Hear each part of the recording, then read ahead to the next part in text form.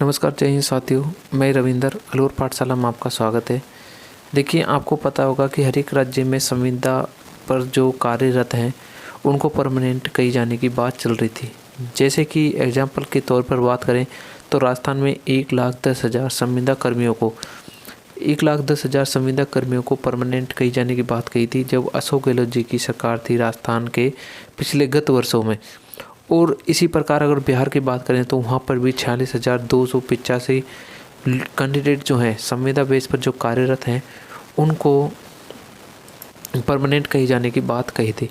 लेकिन अभी तक उनकी कोई भी ऐसी अपडेट नहीं आई और ना ही ऐसी कोई बात किसी ने उठाई। बाकी संविदा कर्मियों को राजस्थान के अंदर 2,000 ऐसे संविदा कर्मी हैं जिनको अपने पद से हटा दिया गया, उनकी सेवाएं को समाप्त कर दिया गया था। लेकिन आपने थंबनेल पर तो देख ही लिया होगा, मैं आपके कौन से डाउट्स क्लियर करूंगा कि संविदा कर्मियों के लिए एक बहुत ही बड़ी अपडेट है। यानी कि क्या राज्य स्तरीय स्क्रीनिंग होगी, यानी कि कौन कौन से राज्यों में जो है स्क्रीनिंग होगी, और जो चुनाव आयोग है उनसे परमिशन अभी मिली है या नहीं मिली है, और नियमितीकरण यानी कि इनको जो परमानेंट है उसकी बात अब फिक्स कर दी गई है या अभी मतलब बात रखनी बाकी है।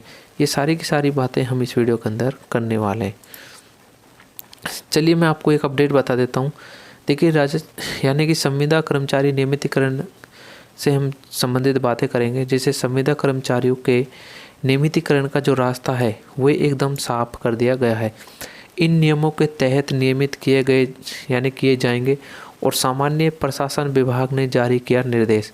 वे क्या है, जैसे ही संविदा कर्मी हैं उन्होंने धरना प्रदर्शन किया तो आपको पता है कि प्रशासन कुछ जोर देकर उनसे सवाल पूछे गए और उन सवालों को अन्य विभागों और मंडलों के अंदर उनके जवाबों को रखे गए। जैसे कि संविदा कर्मचारी नियमितीकरण, प्रदेश में नई सरकार बनने के बाद से कई व्यवस्थाओं में बदलाव देखने को मिल रहा है। नए मोहन यादव सरकार ने कई नियमों में भी परिवर्तन किए हैं।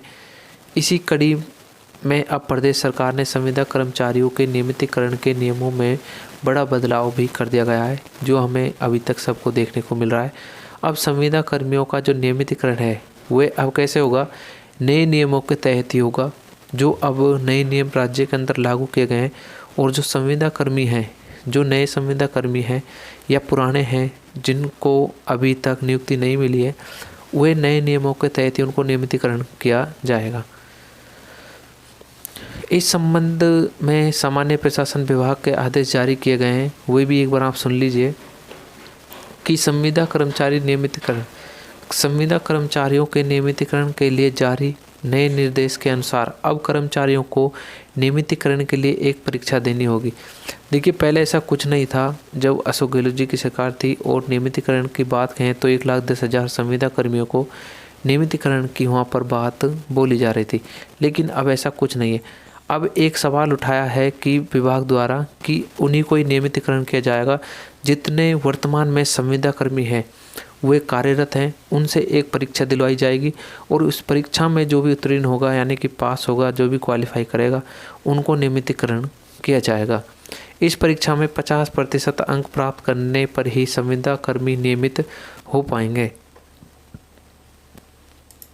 देखिए, 50% से कम अंक पाने वाले कर्मचारी नियमितीकरण के लिए पात्र नहीं होंगे। सामान्य प्रशासन ने सभी विभागों में तृतीय श्रेणी भर्तियों के नियमों का पालन करने का निर्देश दिए हैं। ये आपके लिए एक खबर है। देखो, आपको बता दें कि प्रदेश के जो भी संविदा कर्मचारी हैं लंबे समय से नियमितीकरण के लिए जो आंदोलनरत हैं, कर्मचारियों की मांग को देखते हुए पूर्ववर्ती सरकार ने उन्हें नियमित करने का फैसला भी किया था। लेकिन नियमितीकरण के लिए किसी प्रकार का मानदंड यानी कि मापदंड तय भी नहीं किया गया था। देखिए, अब सरकार ने नियमितीकरण के लिए नए जो नियम हैं वे तय कर दिए गए हैं। इसी नियमों के आधार पर ही क्या किया जाएगा, नियमितीकरण करा जाएगा। तो नियमितीकरण से संबंधित ये थी अपडेट।